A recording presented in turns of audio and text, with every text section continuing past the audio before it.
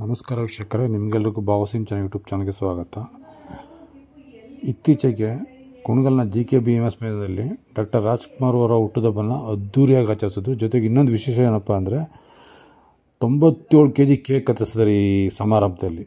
ಅದು ಮಕ್ಕಳ ಜೊತೆ ಇಲ್ಲಿನ ಸಂಘದ ಅಧ್ಯಕ್ಷರಾದ ರಂಗಸ್ವಾಮಿರವರು ಅದ್ದೂರಿಯಾಗಿ ಈ ಸಮಾರಂಭ ನಡೆಸ್ಕೊಟ್ರು. ಆ ಸಮಾರಂಭ ಹೇಗಿತ್ತು ಅಂತ ನೀವೇ ಕಣ್ಣಾರೆ ನೋಡಿ. ಸಾಮಾನ್ಯವಾಗಿ ಹುಟ್ಟುಹಬ್ಬ ಅಂದ್ರೇ ಸಂಭ್ರಮ. ಅದರಲ್ಲೂ ರಾಜಣ್ಣ ಅವರ ಹುಟ್ಟುಹಬ್ಬ ಕೇಳಬೇಕಾ, ಸಾಕಷ್ಟು ಜನ ಅಭಿಮಾನಿಗಳು, ಹಿತೈಷಿಗಳು ಮತ್ತು ಜೊತೆಯಾಗಿ ಮಕ್ಕಳು. ಏಕೆಂದರೆ ಅವತ್ತು ಸ್ಪೋರ್ಟ್ಸ್ ಬೇರೆ ನಡೀತಾ ಇತ್ತು. ಹಾಗಾಗಿ ಅದಕ್ಕೂ ಬಟ್ ಅಣ್ಣವ್ರ ಬರ್ತಡೇ ಇದ್ದಿದ್ದರಿಂದ ಸಾಕಷ್ಟು ಜನ ನೆರೆದಿದ್ರು. ಇದೊಂಥರ ಈ ಹುಟ್ಟುಹಬ್ಬಕ್ಕೆ ಒಂಥರ ಕಳೆ ಅಂತಾರಲ್ಲ, ಆ ಕಳೆ ತಂದು ಕೊಟ್ಟಿತ್ತು. ಡಾಕ್ಟರ್ ರಾಜ್ಕುಮಾರ್ ಅವರ 97ನೇ ವರ್ಷದ ಹುಟ್ಟುಹಬ್ಬ ಆದ್ದರಿಂದ ರಂಗಸ್ವಾಮಿರವರು 97 kgನೇ ಕೇಕ್ ಆರ್ಡ್ರ್ ಮಾಡಿದರು. ನೋಡಿ ಎಷ್ಟು ಉದ್ದದ ಕೇಕು, ಅದ್ರ ಮೇಲೆ ರಾಜ್ಕುಮಾರ್ ಅವ್ರಿಗೆ ಶುಭಾಶಯ ಮತ್ತು ಕೆಲವೊಂದು ರಾಜ್ಕುಮಾರ್ ಅವರ ಫೋಟೋಗಳು ಸಹ ಕೇಕ್ ಮೇಲೆ ಇದ್ದಿದ್ದು ವಿಶೇಷ. ಬನ್ನಿ ಹೇಗೆ ವಿಶೇಷವಾಗಿ ಆಚರಿಸಿದ್ರು ನೋಡೋಣ. ರಾಜ್ಕುಮಾರ್ ಅವರ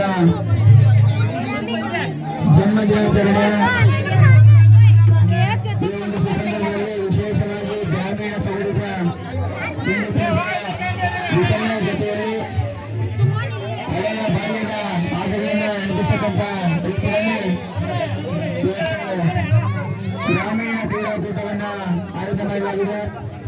ಈ ಕಾರ್ಯಕ್ರಮಕ್ಕೆ ಸ್ಥಳೀಯ ಶಾಸಕರು ಆಗಮಿಸಬೇಕಾಗಿತ್ತು. ಅವರ ಅನುಪಸ್ಥಿತಿಯಲ್ಲಿ ಕೂಡ ಸ್ವಾಗತವನ್ನು ಬಯಸ್ತಾ ಎಲ್ಲ ಸಂಘಪರ ಸಂಘಟನೆ ಉದ್ಯೋಗಿಗಳು,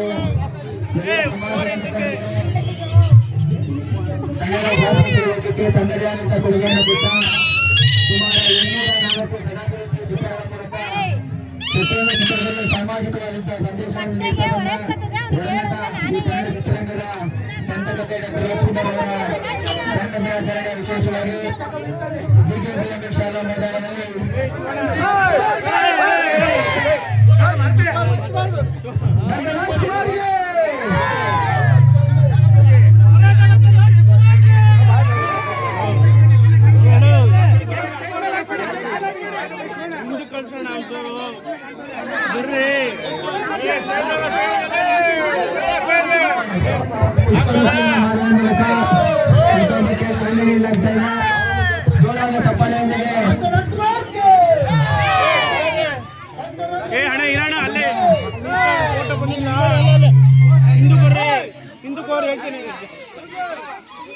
ಹಿಂದೂ ಬರ್ರಿ ನೀನ್ ನಿಮಿಷ ಹಿಂದೂ ಬರ್ತೀವಿ. ಒಂದು ನಿಮಿಷ ರೀ ಹೊರಡೆ. ಗ್ರಾಮೀಣ ಕ್ರೀಡಾಕೂಟದ ಈ ಸಂದರ್ಭದಲ್ಲಿ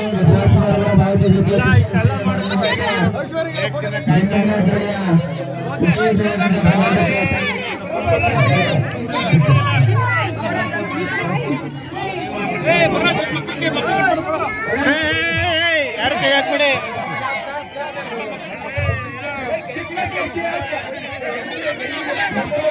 ಆ ಕಡೆ ಹೋಗ್ರೆ ಕೇಕ್ ಕೊಡ್ತಾರೆ ಬರ್ರಿ.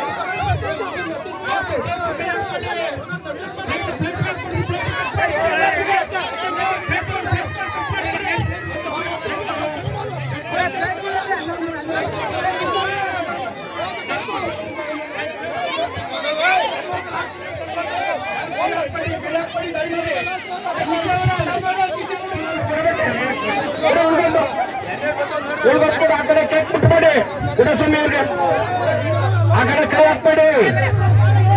ಎಲ್ಲರಿಗೂ ಸಿಗ್ತೈತೆ, ಎಲ್ಲರಿಗೂ ಸಿಗ್ತೈತೆ. ಆ ಕಡೆ ಕೈ ಹಾಕ್ಬೇಡಿ.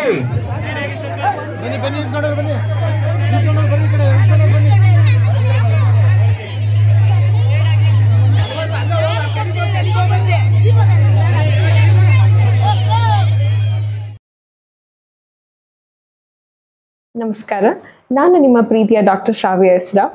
ನೀವು ಭಾವಸಿಂಚನ ಯೂಟ್ಯೂಬ್ ಚಾನೆಲ್ಗೆ ಸಬ್ಸ್ಕ್ರೈಬ್ ಆಗಿಲ್ಲ ಅಂದ್ರೆ ಇವತ್ತು ಸಬ್ಸ್ಕ್ರೈಬ್ ಆಗಿ. ಧನ್ಯವಾದಗಳು.